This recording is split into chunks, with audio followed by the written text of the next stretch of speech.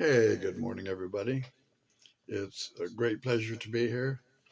I wrote a poem last night. I didn't get to bed till about 1, and I don't sleep much. I got up at 5:30, and the poem is about dialysis. So I'm going to read it to you, and I may stop and explain a few things, or maybe I'll just go ahead and read it, and then we'll come back to it. So sit back. Uh, I want you to grab a paper and pencil and take notes. You might want to, you know, look at it like you're going to a class at Harvard. Uh, I am Al. I'm the king of poems starting today, self acclaimed king of poems. Okay, this is about dialysis. Are you ready, ladies and gentlemen?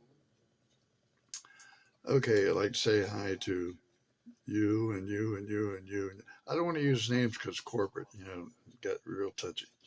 Anyhow, went to dialysis, same place for 4.5 years. The technicians that worked on me might say my peers, Jamie, Shane, Brant, Deidre, and Steve, they were my family they aimed to please.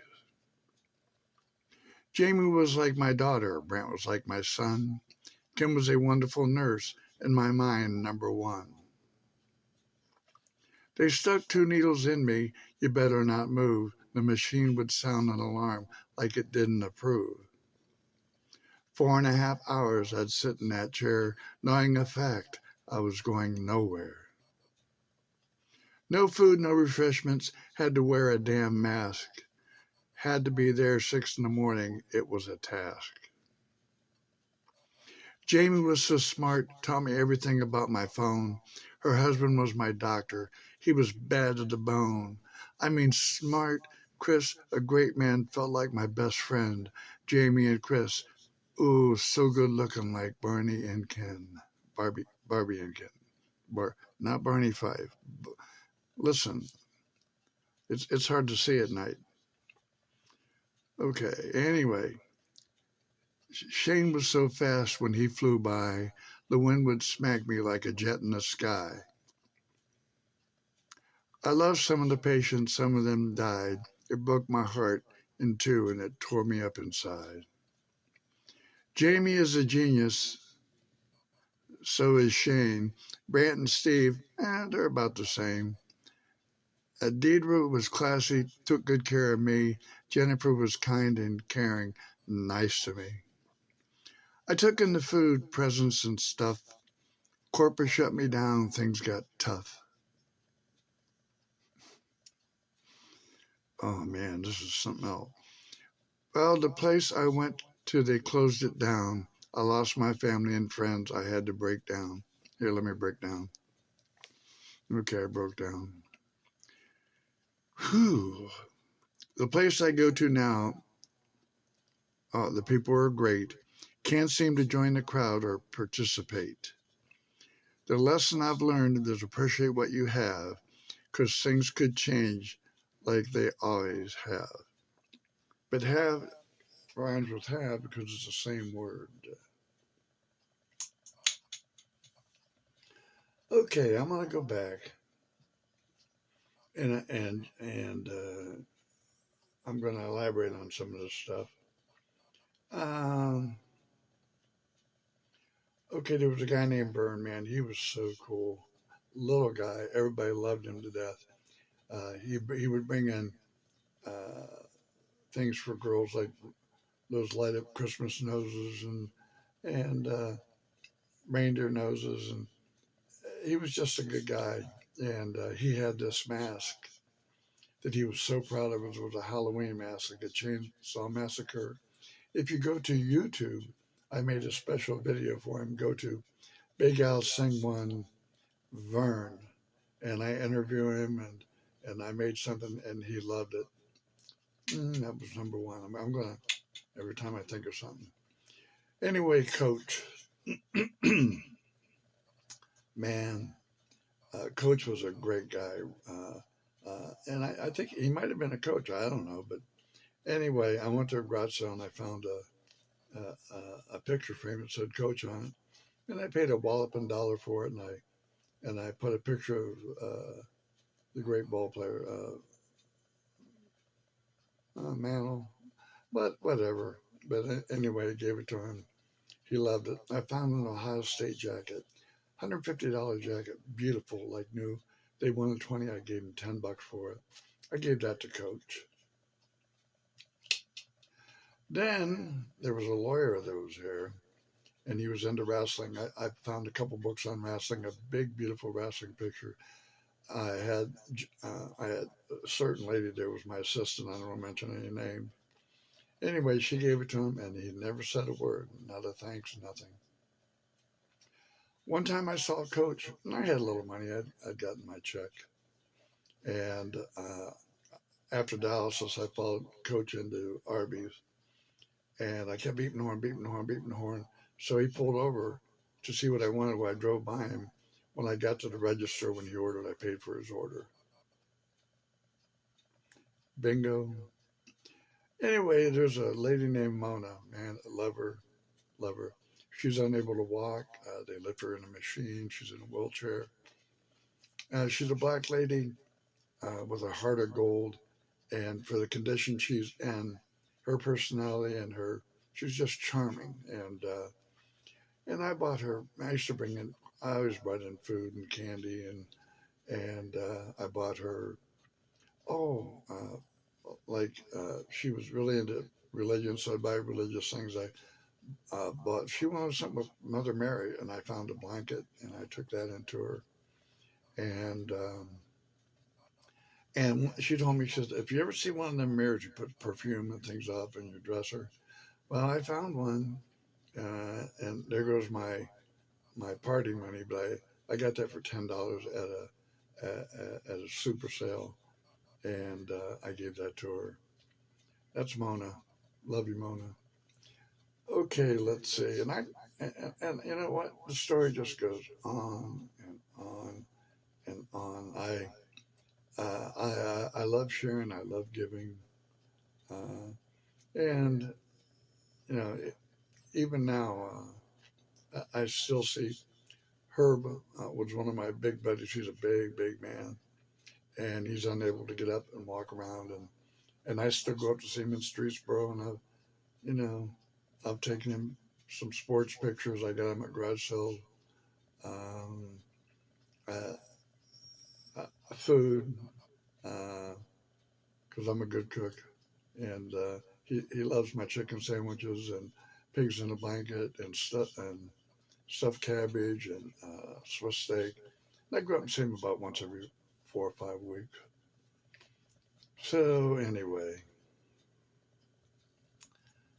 just to talk about this, and I'll talk about a few people.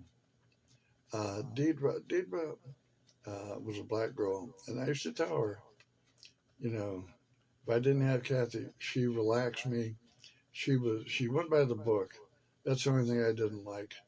If I had to go to the restroom and they had to unplug me, she'd stand by the the bathroom door.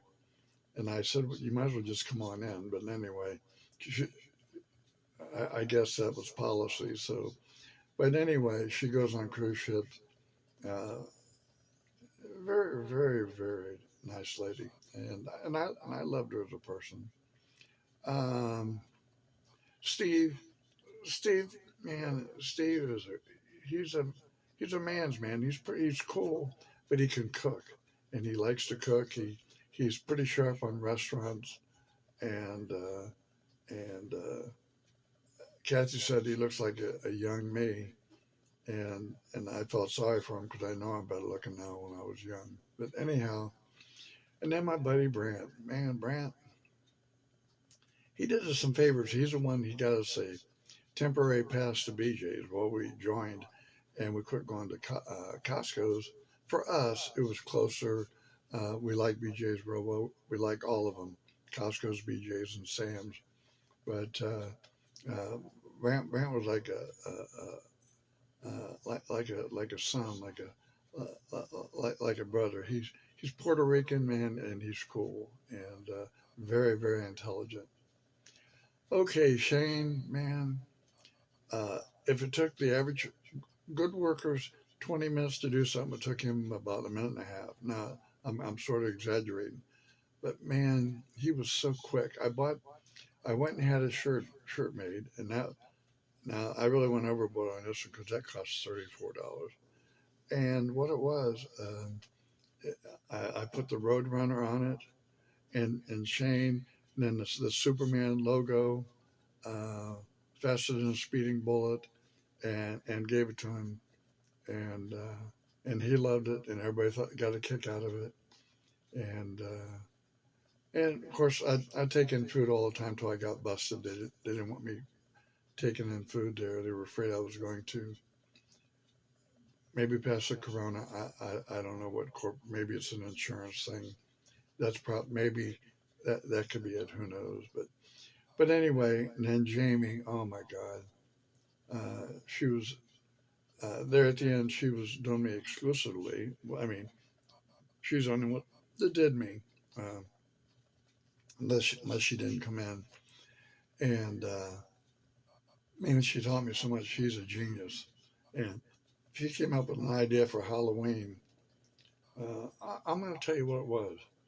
There's this guy that came in, and his name's John. His name was actually John Moore, and my name was Moore, so I called him John Less.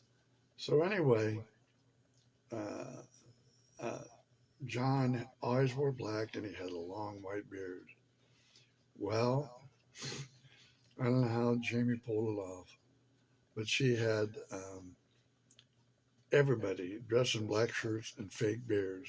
And I'm talking Kim, uh, the head nurse. I mean, uh, everybody did it, and they took. I guess they took a picture of it up front, and I would have paid. Oh God, I wanted one so bad.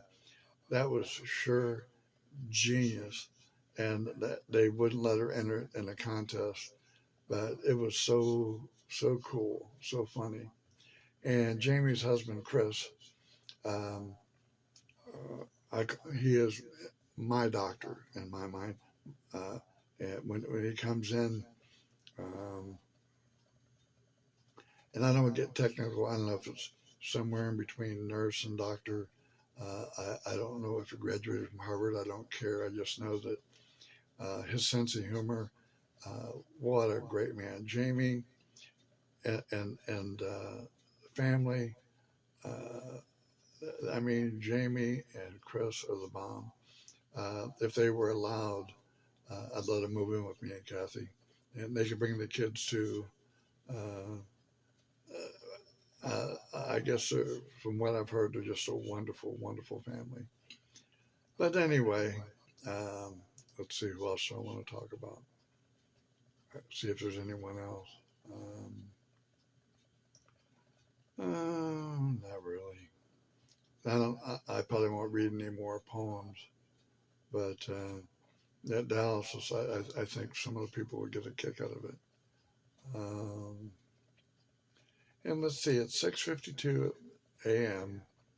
and let's see, September 24th. This coming February, I'm going to be 76 years old.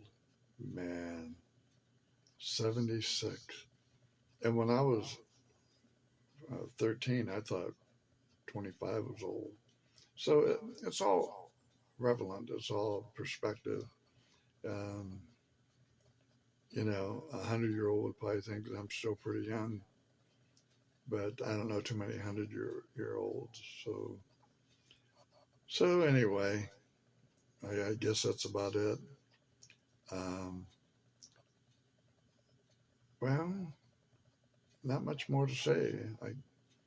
All I can say is when Big Al writes a poem, I want to do some more of them because what happened was I wrote a poem years ago, one poem, and of course I've written a lot of songs. I've done commercials. Uh, I sold three of them without even really trying. I did the Giuseppe's commercial. I did the D'Angelo's commercial. I did the Akron Lives commercial. They sold coupon books. They wanted me to sing up at the uh, Cleveland Cavs game uh, when I was a lot younger, in my 30s, and I turned it down. Uh, long way to drive. I don't know. I just didn't do it. If I had to do it over again, I'd probably do it. But anyway, um, I guess that's it. No other big news here. Kathy and Bennett are still in bed. I should take the camera in there and wake them up, but I'm not going to because I would get in trouble.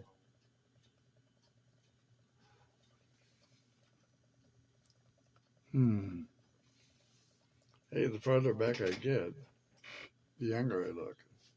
I think, I know, if I'd shave this, I think I sort of look Amish with this hat on. It's a derby. Remember the old brown derby? Okay, everybody. I just want to say, all the people from dialysis, I miss you. I love you. Goodbye, Big Al.